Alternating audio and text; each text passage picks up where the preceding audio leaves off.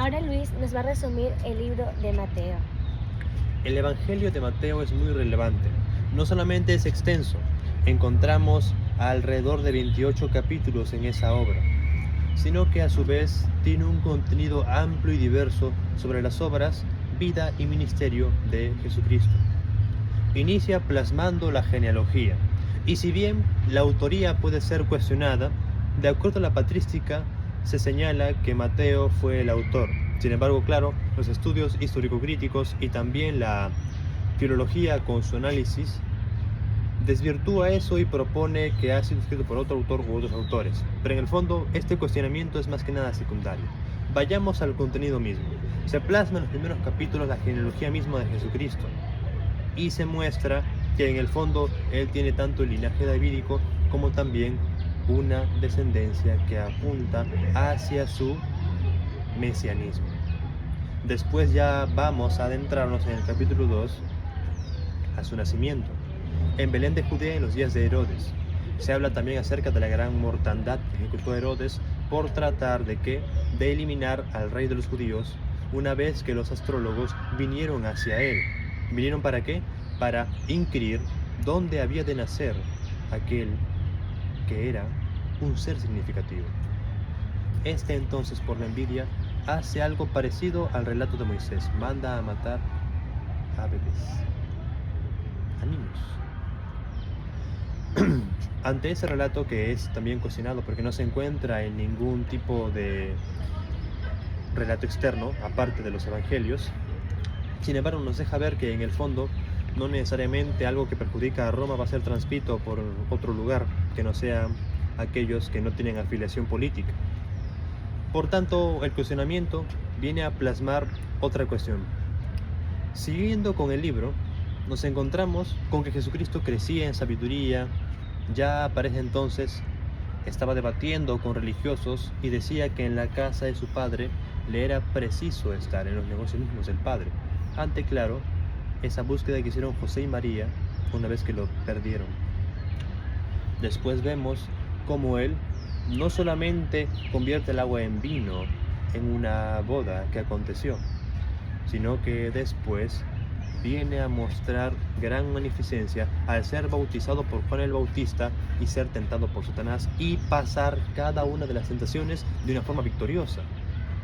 Esos pasajes que nos muestran que están en el capítulo 4, alrededor de esos, nos muestran cómo Jesucristo no solamente era efectivo y perfecto para cumplir la voluntad de Dios, sino que fue anunciado como el Hijo de Dios en su bautismo. Después de ello comenzó poco a poco a ir consolidando a sus apóstoles, atrayendo sobre sí la notoriedad. Iba curando, sanando gente y también recolectando a los dos pescadores, recaudador de impuestos, publicanos. Se rodeaba, como dice el texto, de gente que en el fondo era la más menospreciada.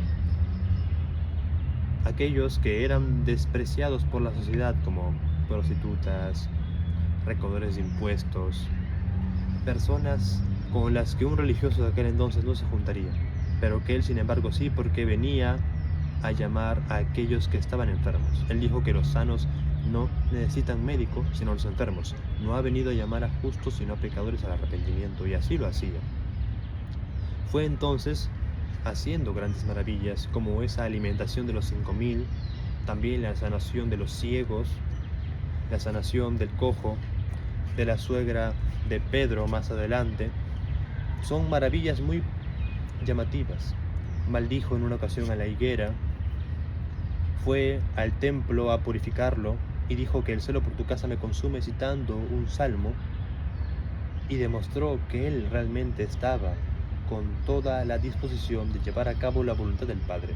Era alguien constante en oración, alguien que incentivaba a sus discípulos a perseverar unánimemente.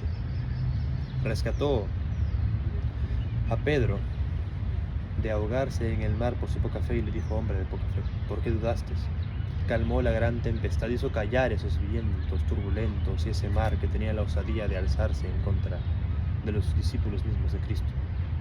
Envió a sus discípulos a predicar de dos en dos, de casa en casa, y también estaba haciendo grandes y constantes señales, e inclusive por medio de los discípulos.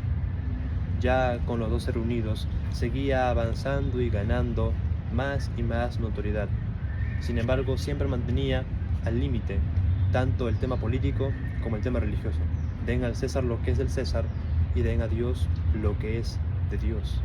Él se calificó como el buen pastor, como aquel que da su vida por las ovejas, como aquel que vino a entregarse y dar su vida en rescate por muchos, como aquel que es el Salvador, aquel que venía a rescatar a las ovejas perdidas de la casa de Israel y venía también a instaurar el reino.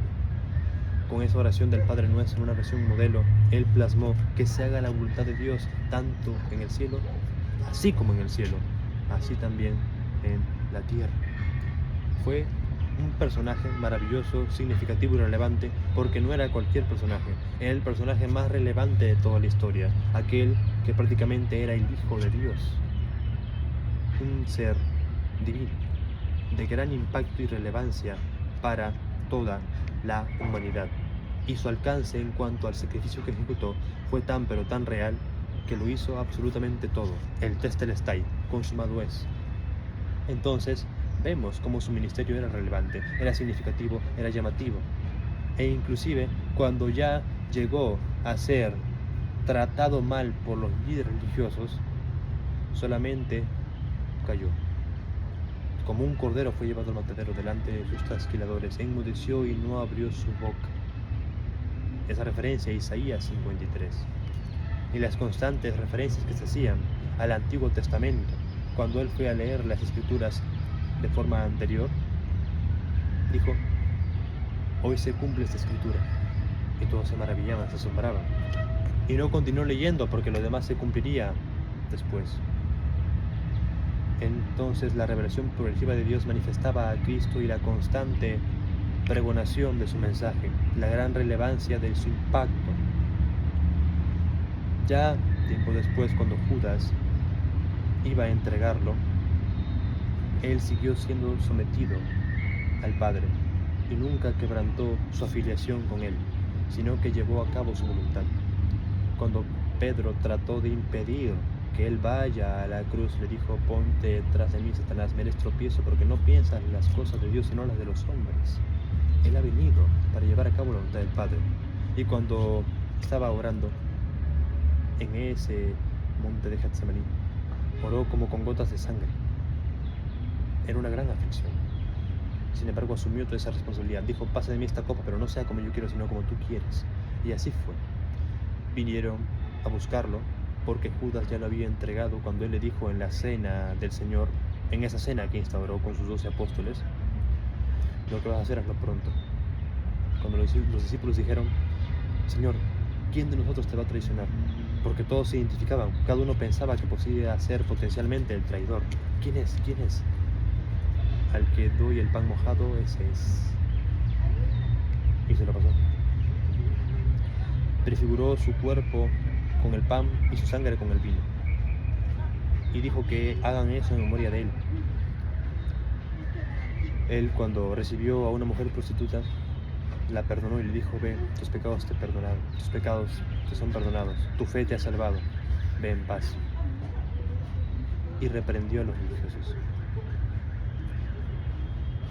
Reprendió la religiosidad y la hipocresía constante que se estaba levantando en ellos, y enfatizó, ya sea con Zaqueo, que se arrepintió y que devolvió más del doble, cuadruplicado, que un ser humano puede cambiar. Él manifestó eso, que en el fondo su poder operante, su transformación era radical y podía hacer nuevas personas, podía llevarlos a su reino y podía en consecuencia otorgarles esa esperanza. Ya siendo llevado por la impulsividad de Pedro, por esa impulsividad de Pedro, se le cortó la oreja a Malco. Pero sin embargo Jesús le curó y señaló que ¿por qué lo vienen a asaltar, a llevárselo, mejor dicho, como un ladrón, si él le había enseñado en el templo de forma pública y no había recibido tanto oprobio como el que ahora le estaban dando? Pero también recalcó que era esa ahora la autoridad de las tinieblas, la potestad de Satanás. Y así pues fue llevado a los religiosos, quienes lo abofetearon, le hicieron preguntas que él no respondió porque era como un cordero que enmudecía su boca. Además no quería darle el gusto a los religiosos de ser ellos quienes tenían la razón. Solamente respondió cuando a él se le consideró conveniente hacerlo, ya sea al decir que tú mismo lo dices cuando le preguntaron si eres hijo de Dios, para que esos líderes religiosos solamente blasfemen. Pero él siempre señalaba: desde ahora verán el cielo abierto y al Hijo del Hombre descendiendo, y a los ángeles también asistiéndolo. Y así era, dado que su reino se estaba manifestando, y esa constante gloria, mediante la transfiguración y otros eventos, estaban prefigurando su gran majestad y todo aquello que él plasmaba como ser divino. Entonces es relevante y es significativo toda la obra de Cristo, que después fue llevado ante Herodes, Antipas, ante esos gobernadores corruptos. Herodes le preguntó: ¿qué es la verdad? Y hasta ahí no me quedó la conversación. Jesucristo señaló que él había venido para ser rey. Para esto he nacido, para dar testimonio de la verdad. Tú mismo lo dices. Entonces, cuando él señaló como gobernante: ¿no ves que yo tengo autoridad para liberarte o para crucificarte? Jesús con firmeza recalcó: ninguna autoridad tendría sobre mí si no te fuera dado de arriba. Por tanto, quien te entregó, me entregó a ti, mayor pecado tiene. Y así Herodes lo señaló como alguien justo, mientras que Antipas lo vistió como un rey, con túnicas solamente para burlarse y mofarse, y después lo dejó en libertad, porque tampoco quería tener relación con una acusación falsa. En el fondo, Herodes también entendió que por envidia lo estaban entregando a los religiosos, y es por eso que cuando salió dijo: no hallo en él culpa. ¿No quieren que libere al rey de los judíos? Sin embargo dijeron que no, que le suelten a Barrabás, un criminal que tenía toda la culpa y las credenciales de poder estar ahí con todo derecho. Sin embargo pidieron que suelten al ladrón y que Jesús sea crucificado, y así pasó. Jesucristo, después de ser azotado, después de ser completamente desgarrado, fue llevado a la crucifixión. Le mandaron a cargar la cruz. No podía cargar la cruz, y un Simón de Cirene le ayudó a cargar esa cruz tan pesada. Y fue así camino al Gólgota, donde le clavaron y le pusieron, tanto en el idioma de la nación judía como en el idioma de Roma: este es el rey de los judíos. Y así estaba. Y a su costado estaban también dos malhechores durante la crucifixión.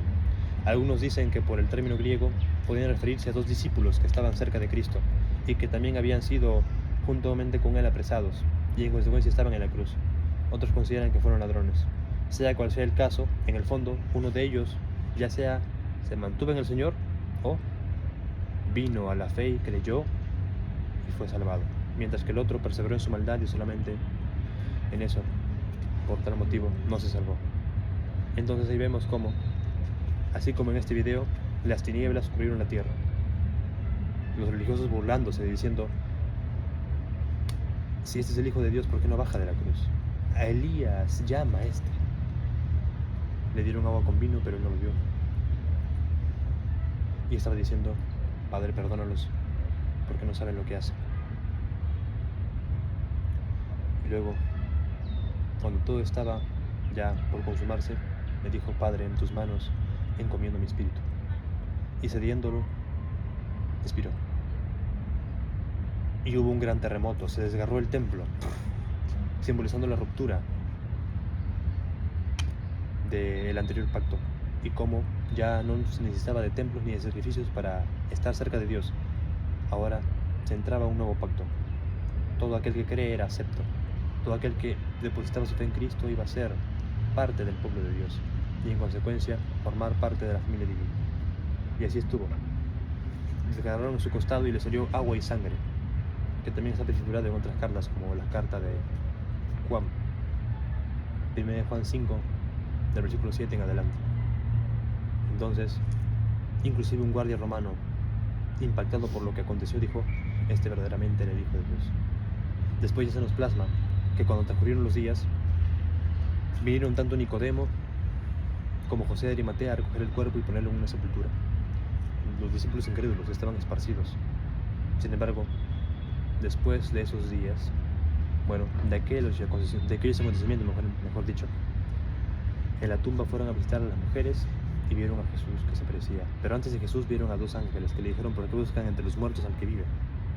Después, cuando estaban por ahí, vieron a Cristo. María Magdalena, contemplándolo, quería retenerlo, pero él dijo: aún no he subido a mi Padre y mi Dios. Por tanto, di a mis hermanos: voy a mi Padre y a mi Dios y Dios de ustedes. Y así fue. Pedro y Juan corrían al sepulcro para ver a Cristo. No lo encontraron. Sin embargo, regresando, ya lograron verlo. Pero sin embargo, él también se les apareció por el camino, con otro tipo de aspecto, o algo semejante. O la cosa es que estaban ciegos y no lo reconocían. Pero él les preguntó: ¿a quién están buscando? Y él le dijo: que tú eres lejano de aquí, que no entiendes que ha acontecido un gran acontecimiento relevante. Jesús. Y le explicaron lo que había pasado con él. Y luego fueron con él a comer. Y mientras estaban pescando, él hacía pescado. Y vinieron y les comenzó a abrir los ojos y el entendimiento para que entendieran que era Jesucristo. Les comenzó a hablar de las Escrituras, conforme a las Escrituras. Y así reconocieron que era él. Pero cuando se dieron cuenta, Jesús ya desapareció. Y ellos dijeron: ¿no nos ardía el corazón escuchándolo? Y así pasaron entonces los días que tenían que pasar, los 3 días y 3 noches, y Jesús resucitó, se levantó y se manifestó a los discípulos. Y les dijo: paz a vosotros. Tomás dudaba, sin embargo Jesús le dijo: pon tu mano en mi costado y cree. Sé creyente y no incrédulo. Y fue convencido y le dijo: Dios mío, Señor mío, porque me ves, crees. Bienaventurados los que no vieron y sin embargo creyeron. Y así pues les comisionó el Evangelio. Mateo 28, 19 y 20. Id por lo tanto y haced discípulos a todas las naciones, bautizándolos en nombre del Padre, del Hijo y del Espíritu Santo, enseñándoles a que guarden todas las cosas que yo les he mandado. Y aquí que estoy con ustedes todos los días hasta la conclusión del siglo. Y así pasó con ellos 40 días, hasta que fue elevado al cielo, y eso fue narrado también en el libro de Hechos de los Apóstoles, capítulo 1. Es pues el Evangelio de Mateo, significativo, relevante y muy impactante en todo el trasfondo de su contenido.